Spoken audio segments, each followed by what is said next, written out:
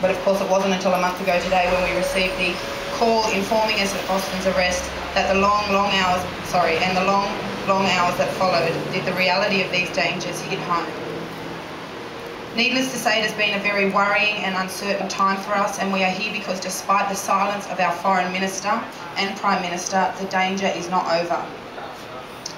The charges against Austin mean he could face up to 7 years in jail for a crime he didn't commit. On behalf of my family and I would like to thank the following people and their organisations for their continued support of Austin, his colleagues, my father and I. Elizabeth Humphreys and the editors of Interface Journal.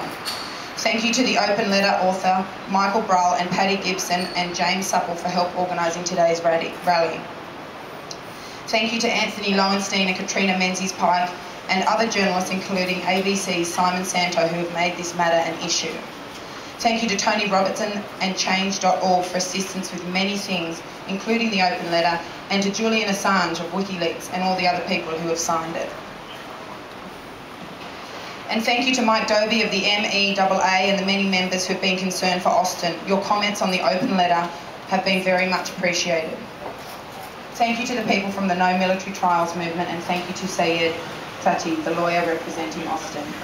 My father and I would also like to thank the Greens, the Egyptian Association for Change and the many friends and family who are here today and who've been busy on Facebook and Twitter. I would also like to thank the Egyptian activists who, despite facing great personal risks, have struggled to support my brother, Aliya and Derek. My father and I am disappointed the Australian government, who face no such dangers, have remained silent. We are here today to call on the Australian government to condemn these allegations and defend the rights of an Australian journalist to do his job without being harassed or threatened. The Australian government must speak out publicly, assert that it is not okay for an Australian citizen to be treated this way, and insist that these trumped-up charges be dropped. If Bob Carr and the Australian government wait until this matter goes to court, we fear that it will be too late. I would like to say again, how proud our family is. How proud our family is of Austin and the important work he does. And that we would like him to come home safely.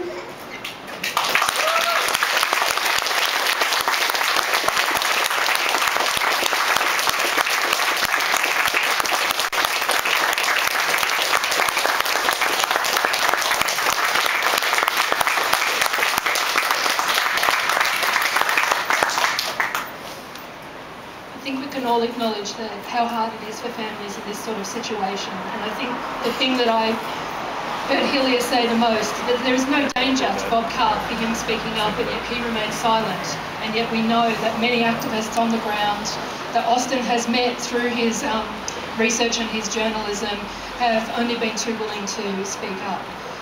My name's Elizabeth Humphreys. I'm the Oceania editor of an academic journal called Interface, which is a social movements journal.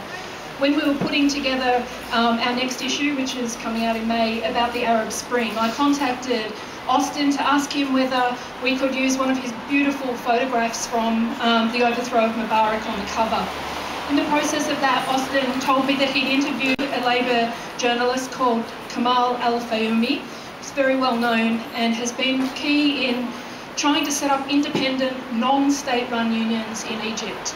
He'd already interviewed Kamal, and he was proposing that he goes to Mahalla again to interview him, and that we then run an article which would be an update on the labour movement in Egypt in the journal.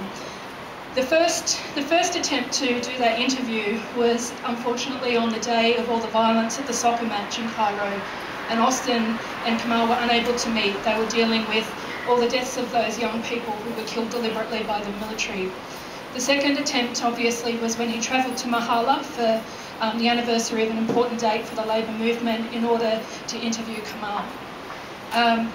He did get to speak to him, but it was in the back of a police van, from what I understand, at the start of 56 hours of being transported from police station to police station and other government buildings, as they were told that they were being kept for their own protection.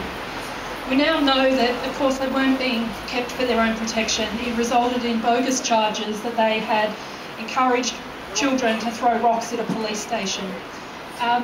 We asked Aliya, his translator and collaborator on that article, to write a statement just so that her voice could be heard today as well. And so I'll read out Aliya's statement. The first thing I want to say is thank you for your efforts and interest in our case. It's greatly appreciated. I know your efforts are largely motivated by concern for your friend and fellow citizen Austin, but I'm sure that many of you have also been moved and inspired by the events unfolding here in Egypt over the last year. And for this I also thank you. While the struggle has been one waged by Egyptians, the support and attention of people all over the world has been important. It has acted as a restraint on the regime forces, as well as their backers in Washington and elsewhere, who are doing all they can to stop the revolution in its tracks. Our arrest is part of this counter-revolutionary effort. Your pressure on your government to speak out about this is pressure on them to back the Egyptian revolution.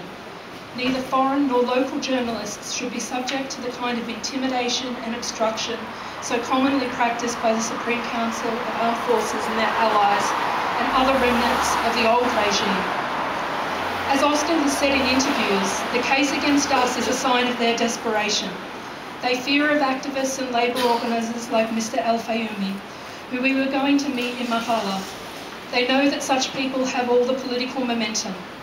In an effort to reverse this momentum, they have been waging a media war, painting such figures as the tools of foreign powers as part of a plot to sabotage Egypt.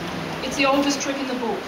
Blame the outsiders and question people's patriotism. Derek, Austin and I have become ammunition in this war. While there is no question about the love I have for my country, I do, in a sense, see the revolution here as part of a wider struggle around the world, a struggle for peace, justice and freedom. This is a struggle many here in Australia are also engaged in. I have followed those in Occupy sites around your country, as well as the work of some of those like Paddy Gibson who are involved in the ongoing fight for Indigenous rights.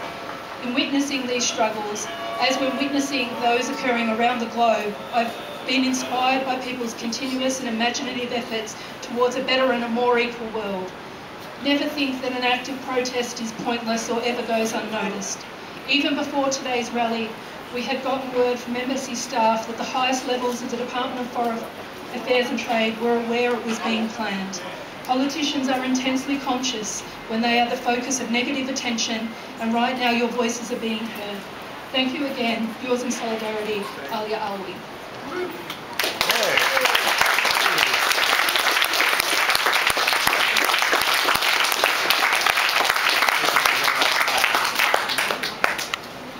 I'd just like to thank the other interface editors around the world who've also been circulating the petition. There was an article this week in the Australian Higher Education Supplement which noted that academics from at least 4 countries had signed the initial open letter where there were 60 people, and I looked through 1,700 or 1,800 names yesterday, with many, many more academics.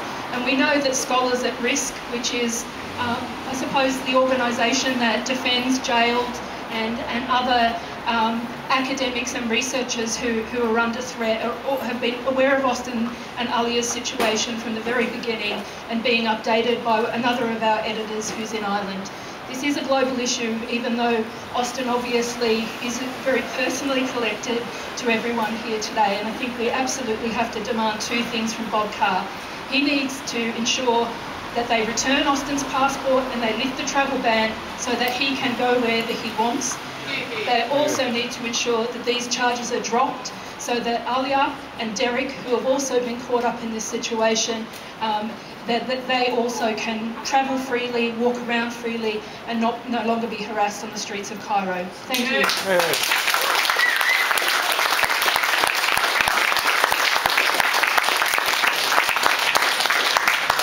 Thanks very much, Liz. And Liz has just done a lot of work getting that open letter together, which, as you hear, has got some fantastic support, including from Julian Assange and others. You know, hopefully we can build on that and putting this demo together today. Next speaker is Lee Rhiannon, Senator, New South Wales Senator for the Greens. So welcome, Lee.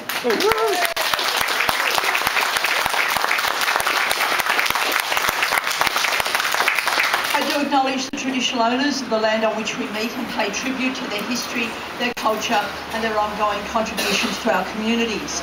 and I do acknowledge the family and friends of Austin.